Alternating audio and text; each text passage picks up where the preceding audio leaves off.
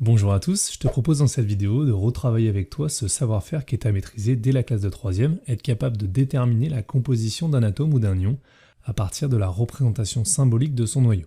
Donc quelques rappels avant de commencer. Il faut bien avoir en tête la modélisation d'un atome. Un atome est constitué d'un noyau autour duquel gravitent des électrons. Dans ce noyau, on distingue deux types de particules, les protons chargés positivement et les neutrons électriquement neutres. Et ces deux types de particules, les constituants du noyau, sont appelés les nucléons. Deuxième chose dont il faut bien se souvenir pour pouvoir déterminer la composition d'un atome ou d'un ion, c'est la représentation symbolique du noyau qui est donnée dans la classification périodique.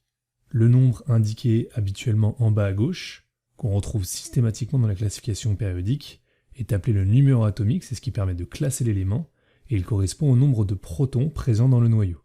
On retrouve parfois un nombre indiqué au-dessus, c'est le nombre de masse qui lui correspond au nombre de nucléons présents dans le noyau de l'atome.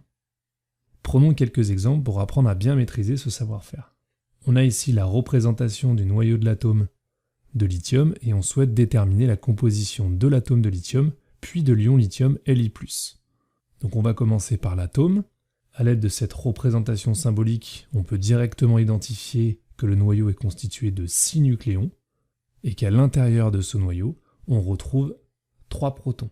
Tu te rends donc compte qu'il est important de connaître la signification de ces deux nombres pour pouvoir déterminer la composition du noyau de l'atome. Ensuite, pour déterminer le nombre de neutrons, on effectue une soustraction. Le nombre de neutrons correspond au nombre de nucléons moins le nombre de protons.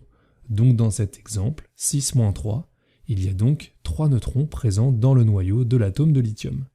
Dernière indication que l'on peut donner sur la constitution de cet atome, c'est le nombre d'électrons qui gravitent autour du noyau. Pour ça, il faut bien se souvenir d'une propriété très importante, à savoir que dans un atome, il y a toujours autant d'électrons qui gravitent autour du noyau que de protons présents dans ce noyau.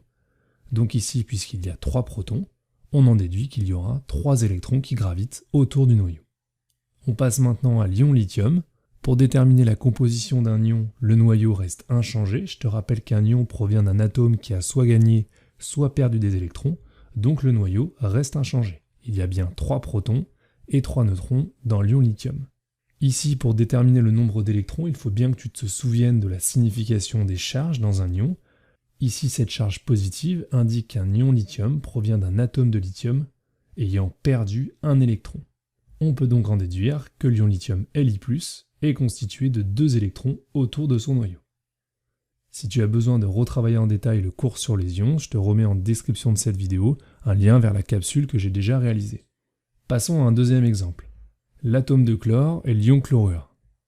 Même méthode, à partir de la représentation symbolique du noyau de l'atome de chlore, on peut en déduire qu'il est constitué de 35 nucléons. Parmi ces 35 nucléons, cette notation symbolique nous indique qu'il y a 17 protons, donc 17 charges positives dans le noyau. Pour déterminer le nombre de neutrons, il faut effectuer la soustraction 35 moins 17, c'est-à-dire le nombre de nucléons moins le nombre de protons.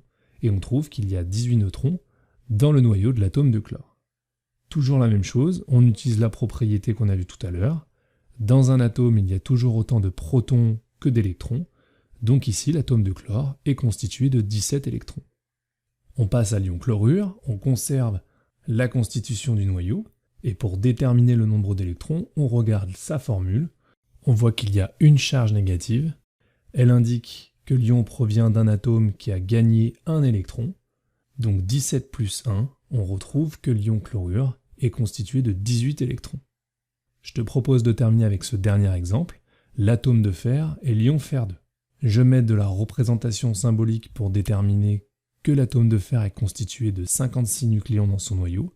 Parmi ces 56 nucléons, il y a 26 protons. Pour déterminer le nombre de neutrons, on effectue la soustraction suivante, 56 moins 26, et on trouve qu'il y a 30 neutrons dans le noyau de l'atome de fer. Pour déterminer le nombre d'électrons, on regarde le nombre de protons, puisqu'il y a toujours autant de protons que d'électrons dans un atome, et on en déduit que l'atome de fer est constitué de 26 électrons. On passe maintenant à l'ion fer2. Je conserve la constitution du noyau, et pour déterminer le nombre d'électrons, on regarde sa formule, Fe2+, les deux charges positives nous indiquent qu'un ion fer2 provient d'un atome de fer qui a perdu 2 électrons.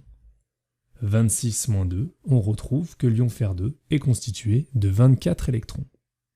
Voilà pour ces 3 exemples qui reprennent à chaque fois la même méthode qui te permettent de déterminer la constitution d'un atome ou d'un ion.